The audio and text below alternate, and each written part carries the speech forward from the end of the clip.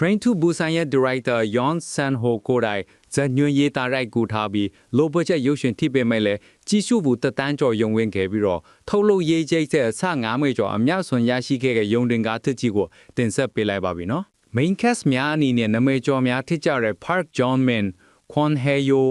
Shin Yeon-bin နဲ့ Han Ji-seon တို့ကပါဝင်သရုပ်ဆောင်ထားကြပါတယ်။ဇာတ်ညွှန်းအချင်းအပြင်အေယောင်ကျူကတော့မျက်မှောက်မြင်ထိပေမဲ့လည်းတစိမ့်တုံးထုလုပ်တဲ့နေရာမှာကျွမ်းကျင်သူတစ်ယောက်ပါ။သူ့ရဲ့ကျွမ်းကျင်မှုပညာတည်မွေးပုံကြောင့်လည်းသူ့ရဲ့မှတ်တမ်းရုပ်ရှင်ကိုရိုက်ကူးရလောက်တဲ့အထိပါ။အေယောင်ကျူမှတ်တမ်းရုပ်ရှင်ကိုရိုက်ကူးဖို့ကတော့ PD ဂင်ဆူချင်းကတာဝန်ယူထားပါတယ်။တနေ့မှတ်တမ်းရုပ်ရှင်အတွက်အင်တာဗျူးလုပ်နေရင်အေယောင်ကျူရဲ့တားထစ်သူအင်ဒုံဟွမ်စီကို Yes ခိုင်းကနေဖုံးဆက်လာပါတယ်။အကြောင်းအင်းကတော့နှစ်လီလက်လုံးပျောက်ဆုံးနေလဲသူ့ရဲ့အမေ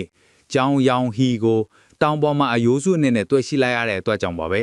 အများပြောလို့ရိုးဆိုတယ်ဆိုတာလောက်ပဲတည်ထားပြီးတသက်နဲ့ကိုမျက်နှာတော်မမြင်ခဲ့ဘူးတဲ့အမေဖြစ်သူတေဆုံးရခြင်းရဲ့အကြောင်းရင်းကိုဒုံဝမ်တယောက် PD ခင်စုချင်းနဲ့အတူလိုက်လံစုံစမ်းတဲ့အခါမှာတော့တကယ်ပဲဒီအမှုရဲ့နောက်ွယ်ကအမှန်တရားကဘာဖြစ်နေမလဲဆိုတာကိုဇလန်လေးလည်းမှာဆက်လက်ကြည့်ရှုပေးကြပါဦးဇက်ကားကိုကြည့်ကြည့်နေဆိုရင်တော့ comment မှာ hang ခဲ့ပေးုံနဲ့ကြည့်လို့ရမယ် Telegram link ကိုပို့သွားပေးမှာဖြစ်ပါရဲ့Telegram link ကို bio မှာကြည့်လို့ရပါရဲ့ comment မှာလည်းထည့်ပေးထားပါမယ်ဗျကြည့်ကျင်တဲ့ကားများစီရင် comment မှာမှန်ခဲ့ပေးပါဗျ